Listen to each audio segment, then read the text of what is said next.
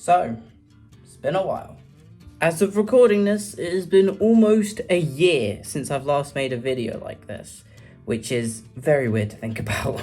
So, without further ado, welcome to another video. Today we are looking at the behind the scenes process of my new short film, Alone. Now there is a lot to talk about with this film. This film has so many layers, it's been around for so long, there's a lot to talk about. So let me quickly break down the structure of the video.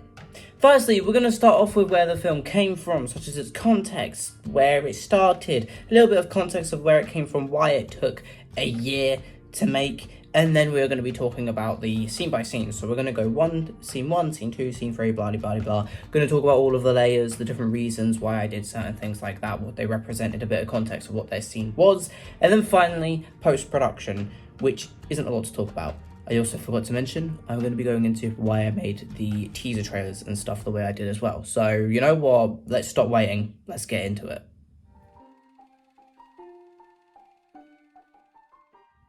Okay, first thing to think about is where the film came from. And fun fact, Alone is actually a lot older than what a lot of people realise. If you're thinking on technicality, the film has been around since Christmas 2021. This is because, as a lot of people know, that's when It'll Be Okay started production, and the original script was actually called the Alone version. It was, as if you've watched the behind the scenes, you would know that the original version of It'll Be Okay was very much exaggerated, and if anything, represents a lot of what Alone is now, including things like the drinking stuff and the breakdowns that are all throughout the film. That was what It'll Be Okay was going to be like. I decided it was too dramatic for the story, but it never kind of left my mind. And even when one of the versions of It'll Be Okay's name was Alone, I was like, I can easily imagine myself making a film called Alone. Skip 1.5 years later, all of a sudden Alone is out. So yeah, and what's even more funnier is I couldn't let go of the name Alone.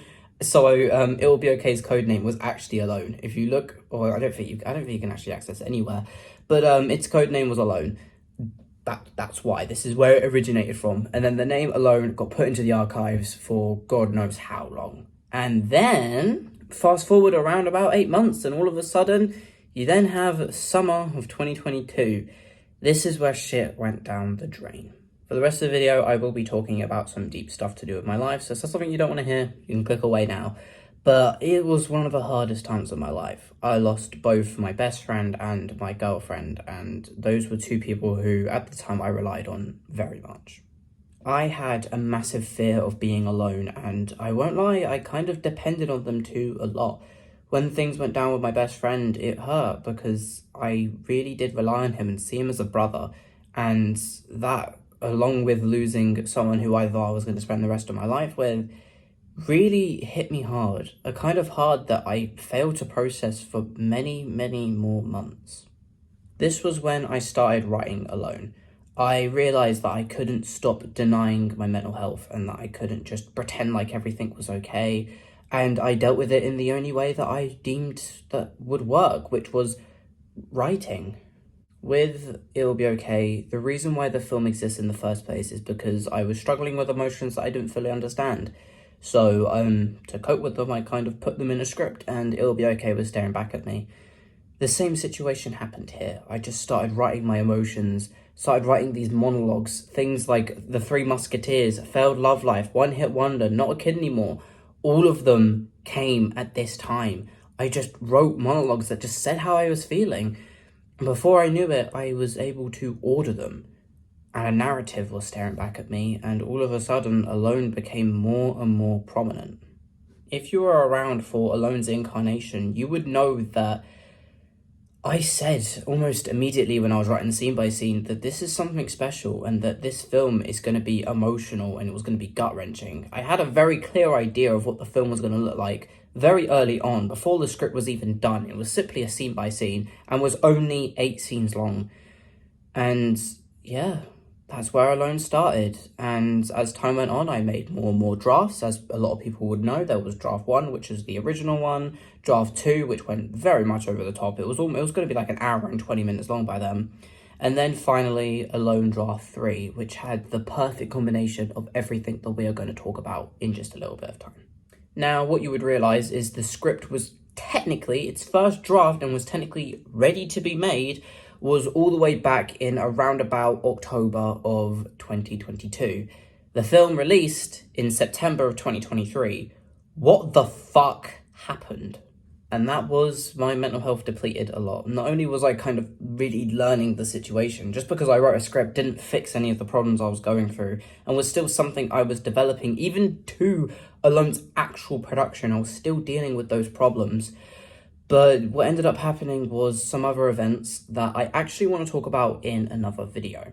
This video is going to be talking about what I call writer's anxiety. It's not writer's block. Writer's block is where you don't have any ideas. Writer's anxiety is my own kind of definition of everything that I want to make a whole separate video talking about. In that video, I will then discuss why there was a massive, almost year-long gap between Alone being written and Alone actually becoming a thing. So we're going to skip that part of the time period and start going on to the actual teasing process. As we all know, I like to release teaser trailers and stuff like that. So I think it's about time we kind of discuss what those trailers were doing, their purpose, and why I made them in a certain way. Starting off with the Alone teaser trailer 1. The Alone teaser trailer 1 actually released on the 4th of August, which then marks it exactly 1 month before Alone actually released. Isn't that a funny coincidence? Now, this teaser trailer I actually released for a very specific reason, and that is because Alone was around about a few scenes, I would say 4 scenes into production, and this is where writer's anxiety then hit me again. Yeah, again, I'll make another video talking about it, but stick with me for a second. When it hit me, I was like, I've gotten too far into the film now. I need to do something that's going to make me want to make the film. So, I made a teaser trailer that finally announced that Alone was the next film coming. And if you know, many films have went in and out of production, but what's never happened before is I've never announced a film, said, this is its title, this is coming, and then cancelled it. So Alone essentially announcing it and using the teaser trailer to say that this is the next film forced me to continue making the film. So that's why it exists. Now let's actually talk about it. So now, as making this teaser trailer, I was actually very stuck. I didn't exactly know how to make it, and every single one that I thought of felt too much like it'll be okay. So what I decided to do was essentially take one aspect of the film and turn it into a little bit of a teaser trailer to showcase what the film is going to be like. So I took the kind of street scanning shots of the It'll Be Okay, and then took what I like to call the blurry mind sound effect. This is a sound effect that is prominent throughout the film. The middle parts are me in the streets kind of showing this idea of emptiness and being alone. But then what I decided to do was replace, obviously in the actual film, it's this underwater thing, which didn't exist at the time. Not that it wasn't planned, but that I actually hadn't filmed it yet. So what I decided to do was showcase the blurry mind sound effect, show the overwhelming sense of not being able to sleep. That gives you an insight on what the film is going to be like, which you can see right here. Then after that was starting to make the film a little bit more, and as I got closer and closer to finishing, I then decided I need to make a teaser trailer 2. So now teaser trailer 2 got a little bit more interesting. With this one, more of Alone was being created. I knew what the film was finally going to look like. There were only a few missing scenes. So what I decided to do was to make a teaser trailer that kind of involved the idea of this style, which is that Alone was almost like the penultimate or the kind of collaboration of all the previous films, and it's also quite stylistic as well. It's a lot more fun, not really fun, but it's a lot more going on. There's different voiceovers, use of music, a proper style going on here compared to the others. So what I decided to do was to make a teaser trailer 2 that kind of teases more of the film and kind of also announces when the trailer's going to come out. I didn't want to just make a random trailer for the fun of it. I wanted it to have a purpose, and also the actual trailer for Alone was right around the corner. So I was like, okay, I need to make something. I need to build up the hype a little bit for when this trailer releases, as it's been almost a month since the previous one. So teaser trailer 2 existed to announce it and released on the 28th of August. And the full trailer released 2 days later. Now, as you can see here, what you can see is multiple different locations. What I decided to do was focus in on Alone's locations. So you see things like in the streetlights, you see the benches that he sits on, in bed, on the chair he talks to Enya to. All of those different locations are from Alone, and then the other locations all represent the other different places. The one that's a little bit bluey and outside the castle was What the Talk. The one at night sitting next to a tree is actually Lost. The one also sitting next to a tree at night with a different filter and near kind of like a swing thing is It'll Be Okay. You then have Wildlife, which is right outside the exit that Sam was running through during Wildlife. And then you have In the Shadows, which takes place in my garden and has the exact same kind of weird, shadowy effect on my face. And finally, the whole bit with the drop is showing all kinds of different clips from the film, showcasing that the film is pretty much created, the trailer is right around the corner, and the film is about to release. The last thing to mention about teaser trailer 2 is that the audio of Oko Overture is very much Alone. Is very much what happened when I was making Alone. I felt like I was running out of ideas, I didn't know what to write, and that all of the things it basically says in the audio, that is exactly how I felt when making Alone. And I thought, since I included that into its kind of style, why don't I include that into its promotional material? So there we go. Teaser trailer 2 is done. There is one thing I need to mention before we go into scene 1. I only just remembered that for the pre-production of actually writing Alone, ages, I'm talking back in October of 2022, it was when I started putting out some questionnaires where I basically interviewed a few people about their mental health and included their story into Alone. So Alone is 2/3 my story, 1/3 other people's stories. That's how I managed to get it. I have like full 40-minute long interviews with people where I talk to them about their stuff. And they gave me permission to make their story. And other than that, that's pretty much it. Why don't we just actually run into the scene by scene, starting off with scene 1.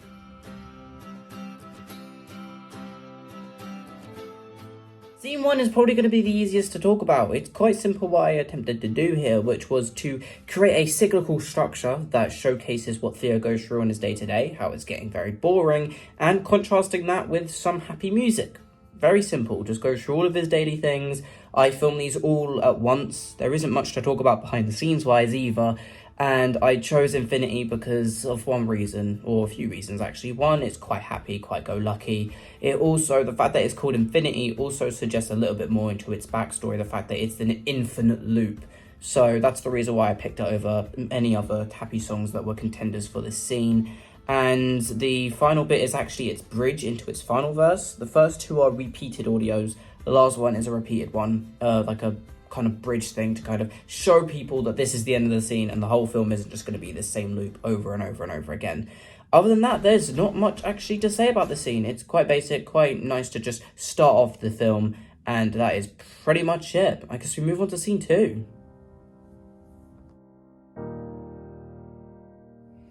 Now, remember that best friend I previously mentioned? Well, this scene was almost written about him, and that when I went through this time, I kind of really blamed myself. I felt awful for everything that I've done over that time. And I guess during that time and the year past, I realized all my flaws, and that a lot of my depending on him really dragged him down, and something that I had to work on myself over the last year. And even though we parted our ways, I still respect the guy a lot. And if he's watching this, I hope you're doing all right. And this scene kind of represented this idea that the friendship has slowly faded.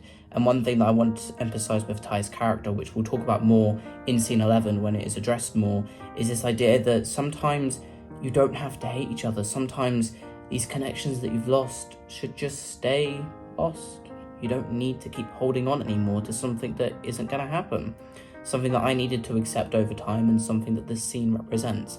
This scene basically shows him having happy memories and then losing them. This idea that he kind of had what he wanted and now he has to relive the life without him. It was really about emphasizing it.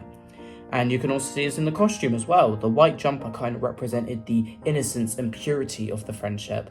And then the black t-shirt represented the darker side of him. Notice how the white was a jumper and this is now a t-shirt. That the white was almost hiding the blackness. And then the blackness came out when he lost his friend. The blackness that he was hiding from people. Something that I really want to emphasize through this idea of costume.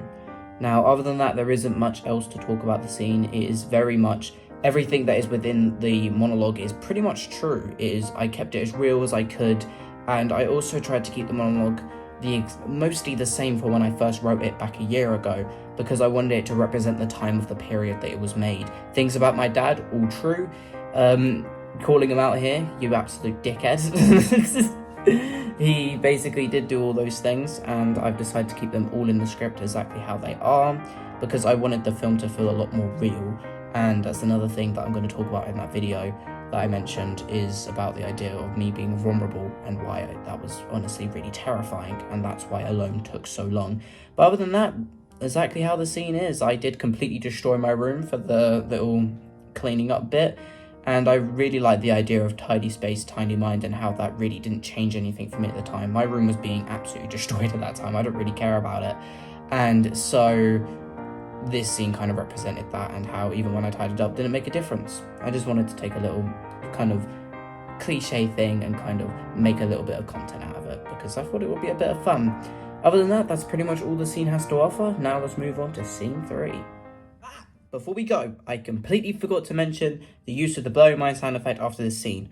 So, the reason why it's here is, I'll probably talk about this throughout whenever they show up, is that they are used to kind of break up scenes, you know. With scene 2 and scene 3, they are quite similar, they sound quite similar as well, they look quite similar, so I used them to break it up. And where the blurry mind sound effect came from, and the sleepless motif, came from this idea that when I was in this time, I was very almost sleepless. I would stay up till about 2, 3 a.m, fall asleep, and then wake up at like 12. Yes, I could sleep, but it was this idea that my schedule was going down, and there would be times where I would actually stay up late at night just because I couldn't stop thinking about it. My mind was just constantly racing, thinking about everything that was going on, that it prevented me from sleeping properly. And that's what the sleepless motif represents, and I will talk about each of the different variants as we go along, because they all represent something different. But anyway, as I was saying, on to scene 3.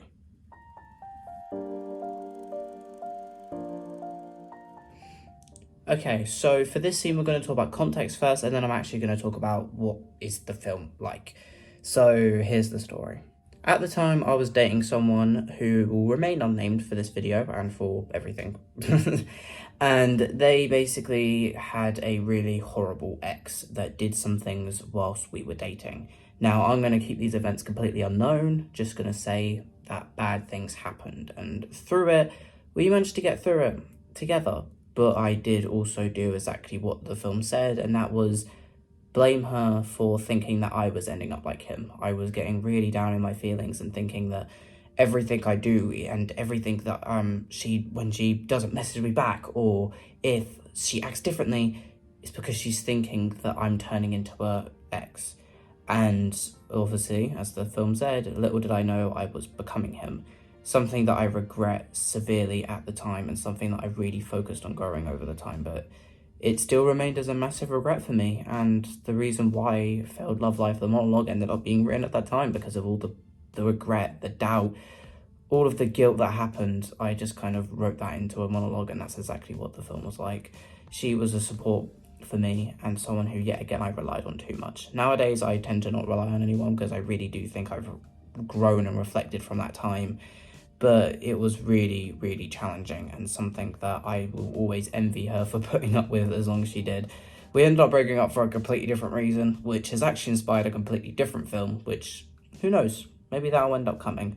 But yeah, that's everything that happened. And certain things that were within the film, such as I still lie on the left side of the bed, is completely real. I bought a new bed just for me and her, and we broke up before we even managed to use the damn thing. But for a while, I always associated the right side of the bed to her. So for months after everything that happened, I would lie on the left side of the bed. Things like that make the film feel personal, and something that I'm more than willing to put in the film to make it feel like this is a real story, because I can't emphasize this enough. Alone is really a real story here. And yeah, that's everything. Now, let's talk about the film and the more stylistic side of things, shall we?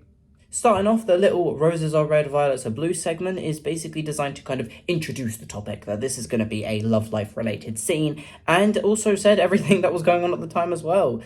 During those times where I would lay there and think about my ex-best friend, I would also think about her as well. So the song matched up perfectly. I used 7 Years by Lucas Graham because it's quite a sad kind of song that kind of makes you feel like you're looking back in the past. The exact vibe that I want the monologue to feel like.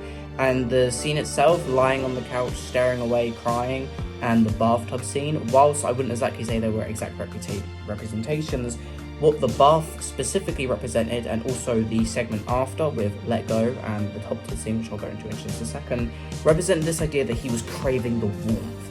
That when I remember when I was literally sitting in the bath filming that scene, I was like, damn, this is kind of comforting, because it almost feels like you're being hugged, which is something that the character most definitely needed at the time. It shows vulnerability and how he was just breaking down at every moment, which I really wanted to emphasize this idea that that time was not easy. It was filled with fluctuating emotions that I couldn't process myself. And that's what the scene represented, this idea that his emotions were all over the place. Now, let's talk about the last segment of the film, or this scene specifically. The last segment of this scene is the Let Go scene, which is one of the very few songs that I've actually reused from previous scenes, Last Scene and Walk the Talk.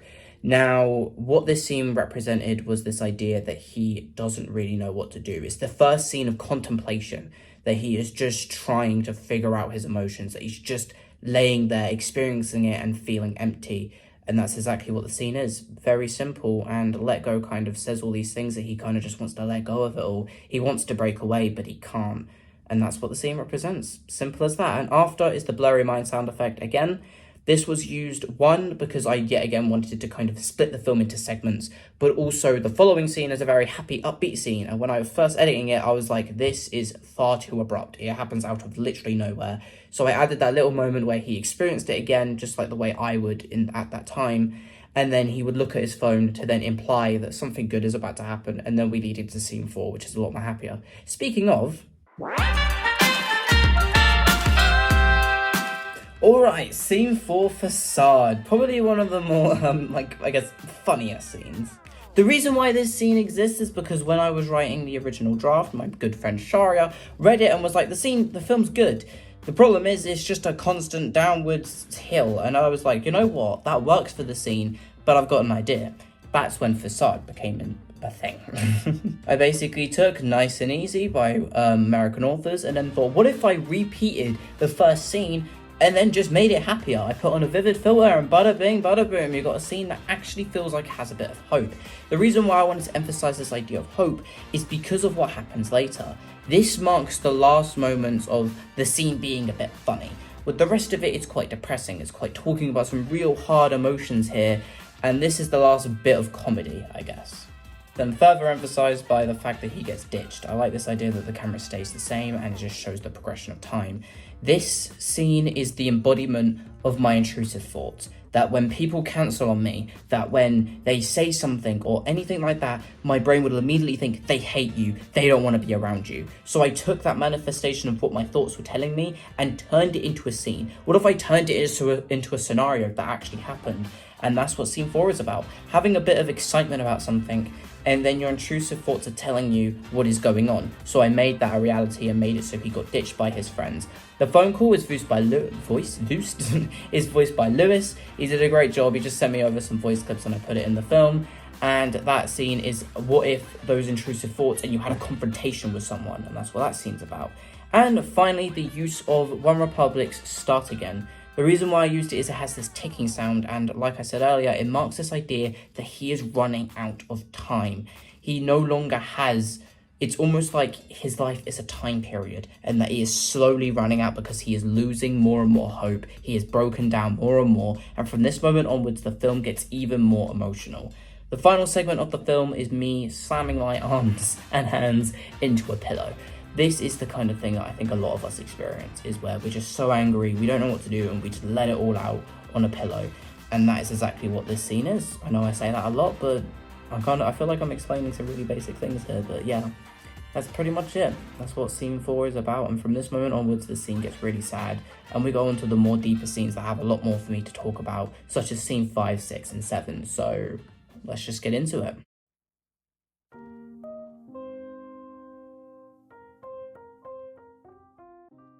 Alright, Turning Out. Now, this is actually the first of its kind. This is essentially a music video within a film, which is the first time I've ever done something like this, and something that I'm probably going to do more often, so warning? Now, the reason why I picked Turning Out is because it's quite a sensitive song about growing up, and the main lyrics is quite literally, do you want to be there to see how I turn out? I really related to it because at the time I was depending on the people around me, which was something that I shouldn't have been doing, but yet I seriously relied on them. I wanted them to be there to see how I turned out, and that was the reason why I picked the song. It talked about not understanding love, not understanding relationships, and telling people to not grow up without me, because that was something I was absolutely terrified of. I was terrified of people forgetting about me, of people moving on without me and leaving me on my own, which is why I picked this song in particular. No other song kind of encapsulated everything that the film relates to. Every single theme and element of the film you can relate to turning out, and that's the reason why I picked it. It is something seriously powerful to me, and most people that I've sent it to agreed that it was a seriously powerful film about growing up, and I felt like it was the perfect song to lead into what comes after.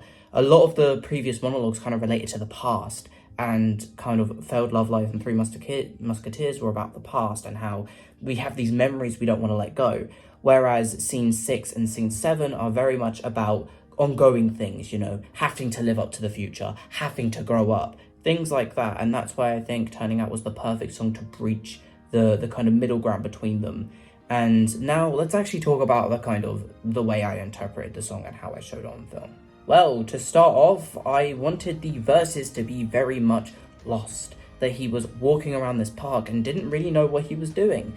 Walking around, kind of seeing what memories could have been. And that's also something I relate to. I used to walk around just kind of envisioning what life would have been like had those people in my life still been there.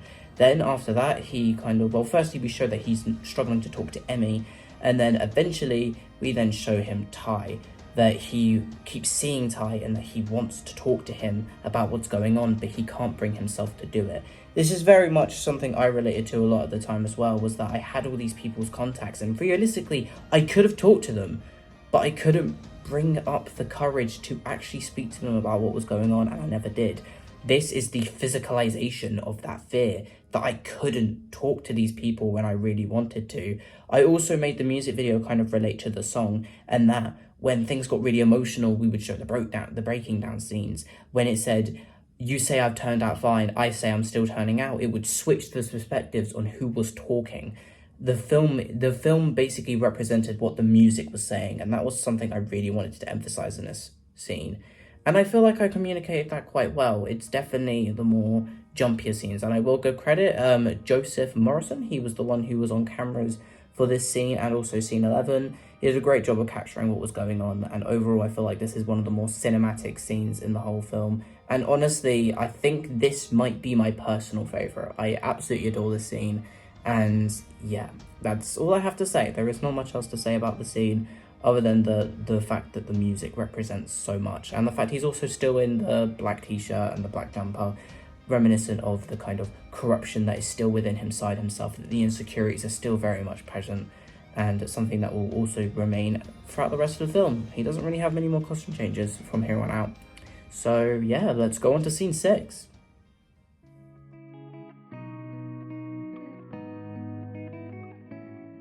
So, One Hit Wonder. Now this is probably the one I need to talk about the most because there's a lot of layers here, so let's just get into them. So, to start off with, you see at the beginning of the scene where it starts barraging you a bunch of titles of different films? Well, those are actually all real. They are all films that at one point were considered for release. Maybe some of them were scrapped, maybe some of them were supposed to come out, but due to the thing I'm about to talk about, I decided not to, or I couldn't. Yeah, this is a very reoccurring thing throughout the film. This is one of the main points of this scene. So what is the main thing, you seem to ask? Well, writer's anxiety. Yet again, I'm making a full video talking about a bit of a timeline, but let's just dabble into it because it's quite important for this scene. Despite It'll Be Okay being my biggest film, I guess, what was previously seen as the magnum opus, it ended up filling me with a lot of anxiety once it was made, and so did the rest of the films. What I mean by that is I was almost envious of my previous films, that I felt like whatever I would make, whatever Alone would become, would not live up to what came before, which has literally made it into the script. I was quite literal with the way that I used the wording in this scene. The whole scene showcases me writing, which was very much real, that I would always be writing away, trying to figure out some ideas, but every single time I was like, it's not bad. it's just not living up to what came before. So not only did I write that directly into the script, but what you are seeing throughout the scene is me struggling to write. These are real emotions that I would get kind of angry at myself. Why can't I not think of anything good enough? Why, when I think of something good, do I not want to make it? These were the constant questions that are rolling in my mind, and I thought using the previous films were a perfect showcase of this, that showing what Theo was kind of thinking of and why I couldn't move on, why a film couldn't be made, was the perfect way of kind of putting all the different films in. Because what you might not know is that the original script actually included direct references to all the films, such as in Not a Kid Anymore, which we're going to talk about soon, we say running into the field, making up the most bizarre Frankly games. Originally, the original script actually called that game Wildlife. There's the In the Shadows reference. There was originally going to be scenes where during this scene specifically, he was going to revisit all the sets, acting as if those stories happen within the same timeline. I was going to make them canon, not just theoretical films that he made. This led into what I think is probably one of the most emotional scenes throughout the films. Myself, personally, I think a lot of these monologues by the end actually get quite powerful. This thing is the thing that hit me the most when making this film, which was deleting all of the scripts. Now, if you're an Eagle Eye viewer, you'll realise that what he's deleting is actually the same script written all over again. That's because I didn't feel like actually going to delete the scripts. I instead got documents that said all the names of the scripts and then just kept deleting Alone over and over again, which is a nice little reference to how I kept preventing Alone from being released. I kept putting it back, pushing it further and further away from release. So that's why I kept using the same script over and over and over again, because I thought it would be a nice little reference that I can mention in this very video. Isn't that cool? But yeah, when making that scene, those tears that you see in those specific shots of a close-up of my face is actually real. When I was filming, I actually started to cry a little bit because I kind of put myself in the character and genuinely thought, what if I did just delete all my films? What if I actually clicked the delete button on films like Walk the Talk, Wildlife, those ones that didn't perform as well as the others, the ones that I looked down upon compared to my catalogue? What if I did delete them? What if I deleted everything? And that really got to me. And I genuinely started to cry. And then when I was filming, I was like, don't cut the cameras, keep going. And I got extra footage, even though I would do them kind of in order. I would delete, show my reaction, delete, show my reaction. And in my files, you literally see delete, reaction, delete. Because I went ahead just to make sure I really got that on camera, because I thought it was a really powerful moment and something that really deserved to be in the film. Final detail to mention about this little segment is actually the use of the song called Time. It's a little reference, it's from the Inception soundtrack, and the reason why I picked this one specifically, not only because it matched the emotions, but also because it really references who I and Theo is as a person, that he is literally deleting time off of his life, that he spent so much time on these kind of projects and he just deletes them. And it's also more representing kind of what Start Again was used earlier on, which was this idea of a clock, that he is running out of time, that he is getting closer and closer to pretty much his, I guess, presumed death, that he is slowly running out of time, that he himself is giving up on the time that he has. So that's why I really wanted to pick the song Time. Final thing to mention is the kind of At My Worst segment, which is where he's in his bed, skips through a few happy songs and then plays At My Worst. Not only did I immensely relate to the song At My Worst at the time, but also it was a big deal because I feel like that's something we all relate to, that in times of depression, we kind of just skip past all the happy things. We want to feel these emotions. We're drawn to songs that do that. And I kind of wanted to have the bit of relatability that ended off that part of the scene. I also completely lied to you. This isn't the end of scene 6. Scene 6 is the longest scene in the film, so I'm not surprised. But then there is the blurry line sound effect right at the end. As you would notice, compared to all the other scenes, this one is red, because this is the turning point. After this, the monologue that follows, which is Not a Kid Anymore, probably one of the most emotional monologues of all of them, is very much panic. It's just, what about this? What about that? What about this? It gets really over the top, and you'll notice there are varying levels of how intense it is, and also how there is a significant level of giving up. The other ones talk about giving up. This is him just straight up closing off now.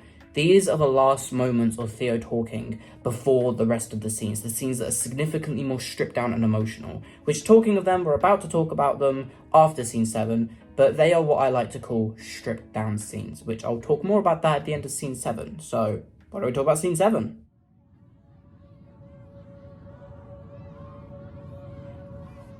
Right, so scene 7, often known as probably the best scene in the film, which honestly, thank God.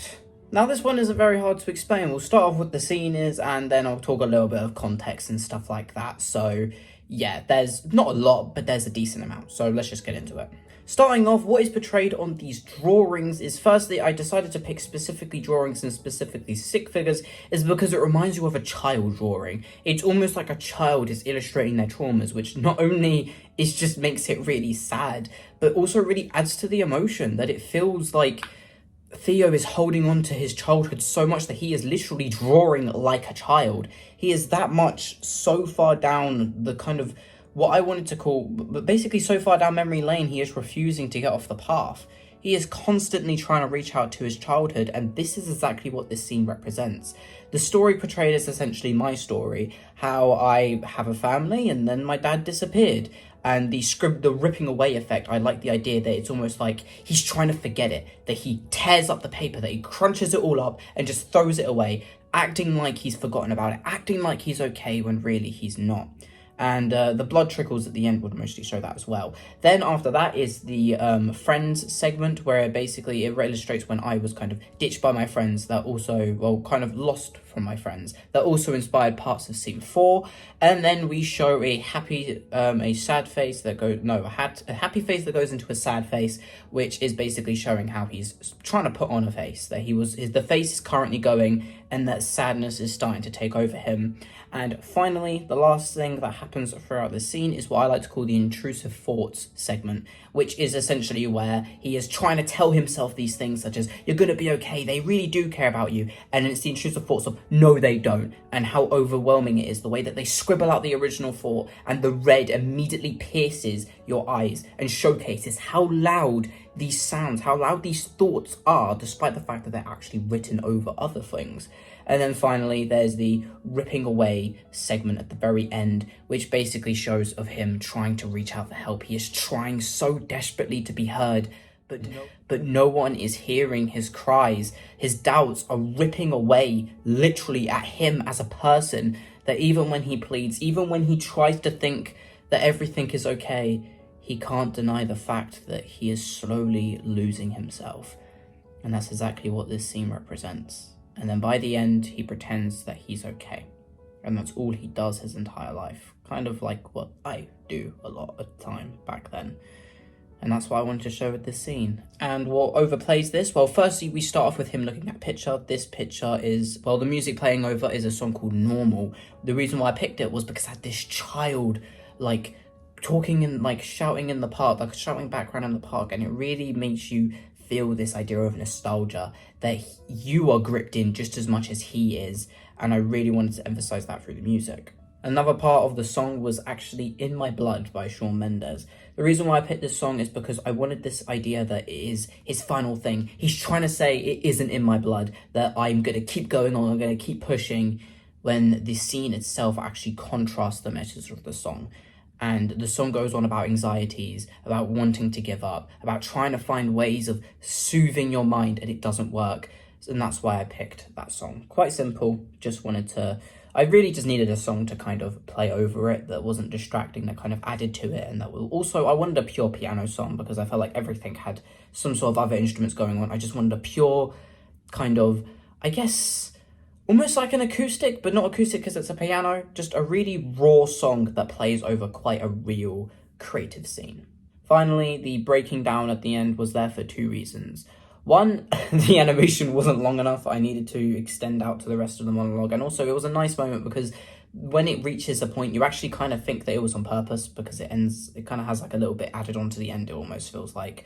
And that scene, basically, I wanted to show what Theo looked like as, like, let's just say the scene itself is him drawing these thoughts. This is what he looks like while he's drawing. This is what his brain looks like when he's drawing.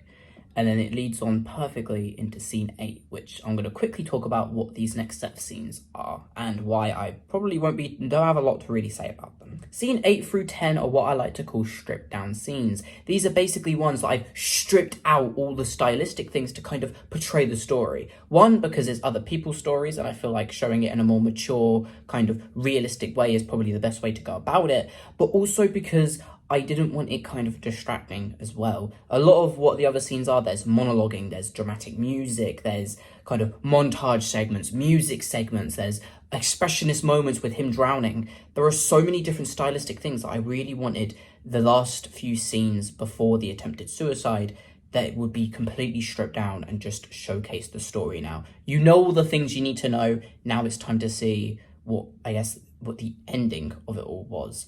So I decided to strip them down, not include as many stylistic things. Obviously, each of them have a song, but other than that, there isn't a lot to talk about. So these next segments are going to go back real quick. So let's get to them.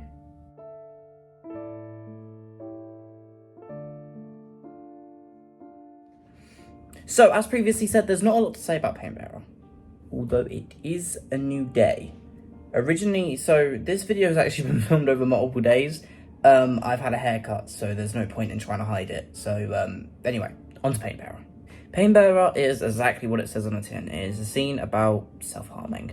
It's something that I needed to include in the script because in the original version, obviously because Painbearer and When Hope Runs Out wasn't there, it would go straight from Not Kidding More right into the attempted suicide, which for me, it was too quick. There was not enough build-up. It really felt like it was unjustified and thus not telling the story properly. So I needed something that kind of, not built up, but there was kind of a bit of a middle ground between kind of suffering and kind of like a bridge in between the scenes, and I needed to add a scene like that. Other than that, Painbearer is exactly what it is. It is a scene about self-harming. There's not much about it. I tried to strip it down as much as possible. I used the song called Back to Black by Amy Winehouse, as it kind of shows how Theo has now retreated into the darkness. That's how this kind of spits into the world. Before it was kind of suffering, he's really struggling with his health. This is where he feels like he's at his all-time low, which I wanted him to feel and look like he's at his all-time low. So then when scenes 11 through 13 play, you then realize that he had this all-time low and he was able to build himself back up again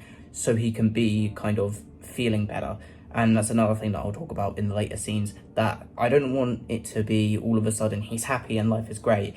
Is that it takes time when you kind of fall this low.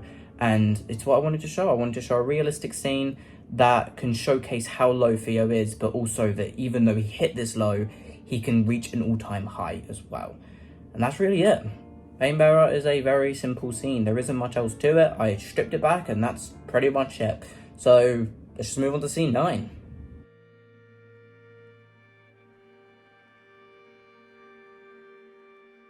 When Hope Runs Out is basically a scene about the calm before the storm.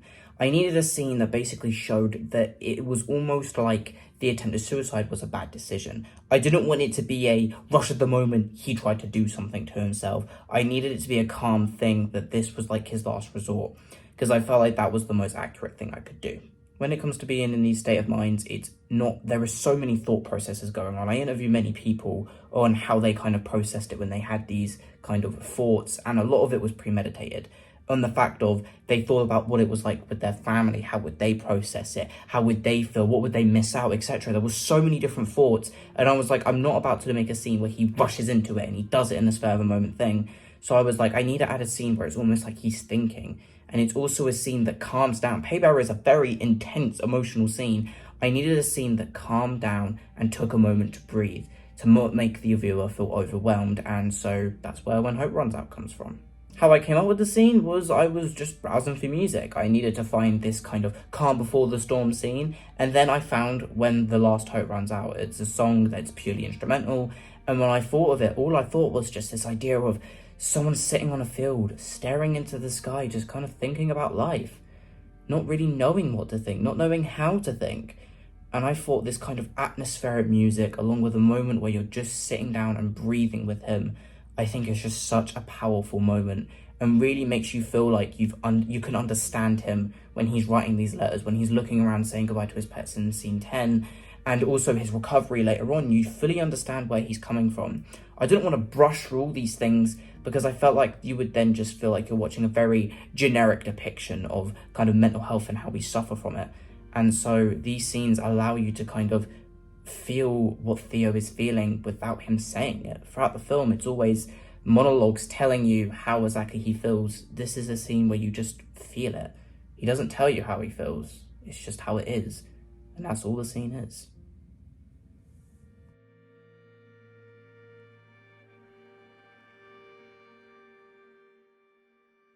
Scene 10. I'm sorry. This is where we're going to get a little bit deeper.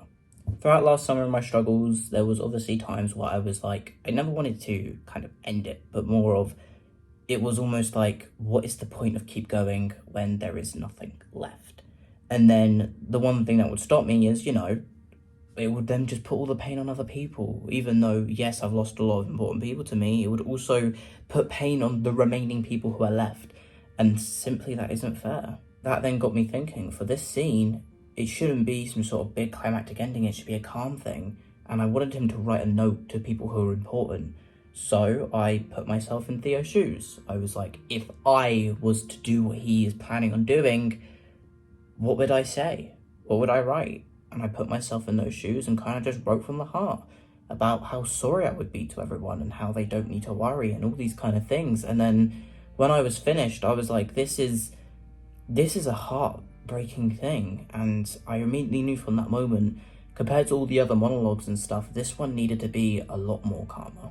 Throughout the moment when the letter's been written, not only is it a little bit of a homage to It'll Be Okay in its letter writing scene, but also it's a homage to the rest of the film. He is revisiting a lot of locations in his house. He's at the table from scene 1, he's looking at the pictures from scene 7, he's on the couch from scene 3, and he's looking at all of his pets, which you'll also see later on and also see throughout scene 1.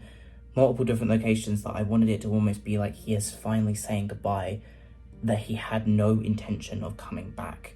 And I didn't really know what music to pick, so I actually took the teaser trailer, little piano music, and put that on there. Something that felt ambiguous in meaning. It wasn't motivational, but it wasn't sad. Exactly how you feel in these moments where, because I kind of put myself in that moment, I was like, this doesn't feel sad, but it doesn't feel empowering. It's this weird middle ground, which is exactly what I wanted the scene to do. It feels ambiguous, you don't know what to feel. You just have to see what he does. This is where he places the I'm sorry note on the desk. And I intentionally wanted him to put the keys there and have this close-up of the shot because it basically shows how he's thinking, which is he doesn't plan on coming back. The final thing to mention is the music choices. Naya Daya is also from the same video that When the Hope Runs Out comes from. It's a bit more of a distorted version, which I thought was a perfect continuation from When Hope Runs Out. And then finally it switches out with a song called Fingertips. Fingertips is a very much distorted kind of song with that massive reverb, and the song itself connects completely to what Theo is feeling. The lyrics literally go, you can feel it from your heart to your fingertips, I remember this. Things like that I kind of connected to his character, that he still remembers all the people in his life. Even though they're not there, he still feels that pain. He feels everything from everything he's been through from his heart to his fingertips. And I thought that was a really nice connection and a perfect way to put that at the end of scene 10. Finally, there is actually a lot of symbolism. When you look at the shot of me standing on the plane platform, you'll realise I'm quite a bit of distance away from the actual side. And that's because Theo is 2 steps away from committing the act rather than 1, which not only makes a bit more sense to how he ends up still alive the following morning, but it also shows that he was a split decision away, which shows how much people really do suffer and don't really know what to do. And that's why I kind of wanted to make this film, so you can have a bit more awareness of what people are kind of going through. We know a lot about, help people when they're suffering, but we don't really know fully what they're going through. And that's why I wanted to make the film as accurate as I could. And my God, is it hard. It is a hard film to watch. But I feel like it's one of those films that kind of puts you in the position of people who are suffering. And if you understand them, you can help them better. You know how to help them better. And even if that means not doing anything, at least you understand them and they can feel heard without hearing anything.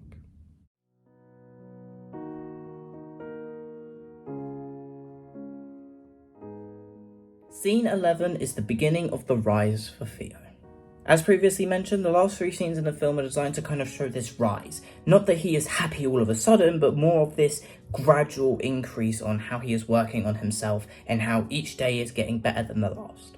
The opening of scene 11 is the morning after the night where he almost made the worst decision of his life. But he didn't go through with it. The moment where he kind of sees the note, rips it all up, and then decides to call for help is one of the most important things. It's the turning point in the film where things are no longer going down, but they are slowly heading upwards. I wanted to make this kind of moment because oftentimes, I hate to say it, especially men, we don't like to open up and we don't like to reach out. It's the reason why men's suicide is so high, is because we feel this condition to either handle our problems ourselves or just dwell and suffer in it, and before you know it, it's too late. And I wanted to make a scene to show that it is okay to reach out for help, and that reaching help is the most important thing to do. So I made a scene of me reaching out for help, exactly like what I did at the end of summer. Then there is the main part of scene 11, which takes place 3 weeks after, where he talks to Tai. This scene was based on the fact that I couldn't talk to the previously mentioned best friend. I wanted to reach out to him, I wanted to say something, and this scene is kind of the fantasy that I had in my head, that one day we would talk and it would play out like this. And there is symbolism between Tai and Emmy, and how Tai accepts the fact that he accepts the apology but doesn't bring Theo back into his life, whereas Emmy, we kind of implied that she accepts it and decides to let him back into his life. But the sequence with Tai is something that I think is very important to know, that if you've pushed people away from your mental health, some people will leave, and that is the hard truth about it. Not everyone is going to stay, and not everyone is going to forgive you, and that's perfectly fine. I really wanted to show that neither Theo or Tai are in the wrong. They are both sticking to what's going to make them feel better in the end. Tai will feel better without Theo. Theo wants to try, but if Tai doesn't want to, that's perfectly fine. He's not a bad person for believing that, and I really wanted to show that this is a reasonable and mature situation to happen. And the moment where Tai decides not to shake his hand and to move on, you see me nod and kind of okay. Because it's the first time that Theo is finally accepting the situation for what it is. He's finally learning to move on and forgive the past and forgive himself. He's finally taught to Tai, and now he can let go. Exactly what I had to go through. I had to finally, after months of recovery, months of thinking about things, to finally let go. And that's exactly what this scene represents in terms of real life as well. Final smaller part to mention is the song used, Summertime Sadness by Lana Del Rey.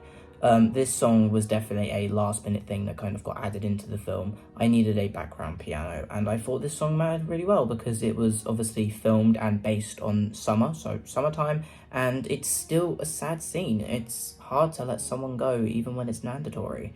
So Summertime Sadness was picked, and that's it. Let's move on to scene 12.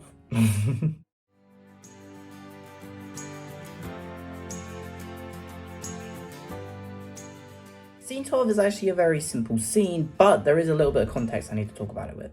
Firstly, the original version of Scene 12 was actually called Scene 12 Flowers, which is obviously a reference to my film Flowers that was going to happen as part of the Horizon trilogy, and I took the ending of that and was going to make that one of the main parts of Alone. But long story short, the actor I wanted to play Emmy couldn't do it anymore, and instead of recasting, I thought, what if I was to make it differently? Because then there would be two duologues that almost felt too similar to each other. So I thought to do another monologue, but instead this time it would be a voice message to Emmy, to which then during the monologue you will see that she ends up calling him and they have a little conversation. Voice message is based on so basically I went for a breakup just before we started production on Alone, and this voice message is to her. A bunch of cheating scandals kind of happened with the previously one in Summer, which is the reason why I don't have this kind of sympathetic ending that I do with voice message, but instead I have this kind of feeling towards the most recent one. So I thought, what if I use that one to charge this one? So Emmy is a bit of a mixture of two different breakups that lead to an arc of moving on. And throughout the scene, you can obviously see him going through and making a new film, and specifically revisiting all of the different locations throughout the film. And that's literally it. It's a big thing that I kind of went through, that when I went through all the old locations that I've been to throughout the years, that kind of reminded me of everything. That every time I visited, I started to become more and more content with the fact that it's in the past now. And I completely forgot to mention the beard scene. I intentionally decided not to cut or shave my beard and hair throughout the entirety of the production, so as the time goes on it got longer and longer. So then this scene is about, the beginning of this scene is about showing how now he is now taking care of himself. He fixed up his beard, he cut his hair, and Adventurers Out There is the little background music for that bit, which is kind of to show that now that he's got this new leech on life, he now feels like he has more adventures. He can finally live life the way he wants to. Final part to mention, because there isn't a lot to talk about, it's quite self-explanatory, is this song Imagination, which I use for the post-credits, for the credit scenes as well. Imagination is simply the song it's about in my dreams you're with me. I like the idea that in his dreams he was still with Emmy, and that kind of fueled the reason why he made the voice message in the beginning. Other than that, that's pretty much it. On to scene 13, the final scene.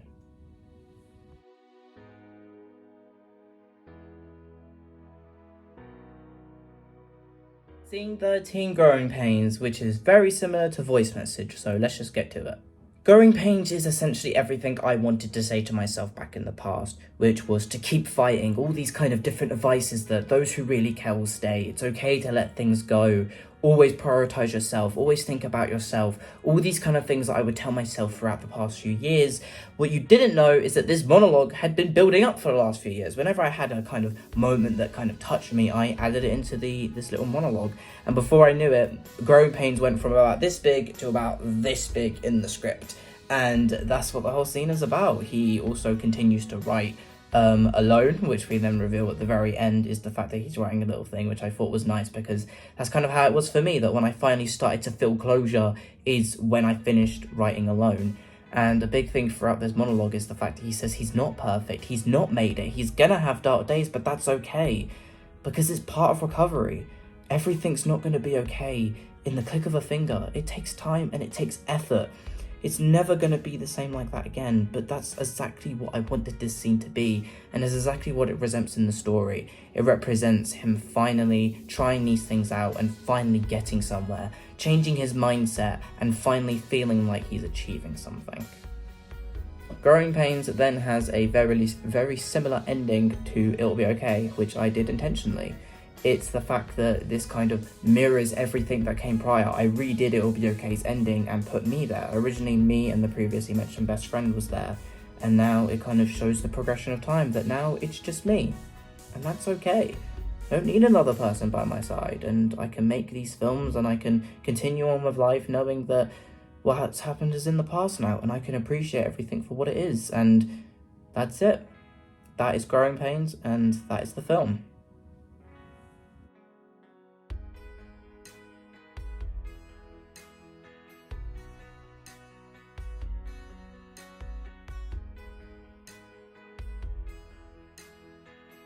I will say right now, a lot of these scenes were kind of rushed through, because honestly, I could talk about this film for about 6 hours. But no one wants to watch a 6-hour long behind the scenes video, and I don't want to make that. I've got more things to do in the future, more things to prepare for. So I kind of just wanted to kind of talk about the broad things of this film. If you made it this far, I do want to say thank you so much for watching. If you did enjoy, give a like, comment down below what your favourite scene was, and also if you've gotten this far and still haven't watched the film, but you think, man, that film sounds cool, there will be a link down below to watch the film. And over there, if you have struggled with any of the issues I have mentioned in this video, go to the Alone film. There will also be things to suicide prevention hotlines, and you can also watch the film as well, because I'm not gonna lie, when I've got a low point, I like to watch certain scenes like Turning Out, Scene 11, and also Growing Pains and Voice Message, because it kind of, it gives me contentment. Maybe it might not for other people, but it does for me, and a lot of people have really enjoyed the film. For those who have watched the film and have told me how much you loved it, thank you, thank you, thank you. This film has been a massive thing for me. I was terrified to release it. Being so open with the film and being open with the behind the scenes was something that really, really scared me. And finally taking the plunge to do it has really made me improve as a person overall as well. Alone officially ends the first chapter of my films. Thank you everyone who has worked on the last few films. Thank you everyone who has supported them. There is so much more to come. I can't wait to share more. But for now, that is the end of the video. Thank you so much for enjoying Alone. Thank you so much for the last few years. It's been an absolutely incredible experience making these films and growing even more, and there is still so much more to come that I can't wait to do. But without further ado, that is the end of the video. Hope you did enjoy, and I'll see you guys next time. See ya.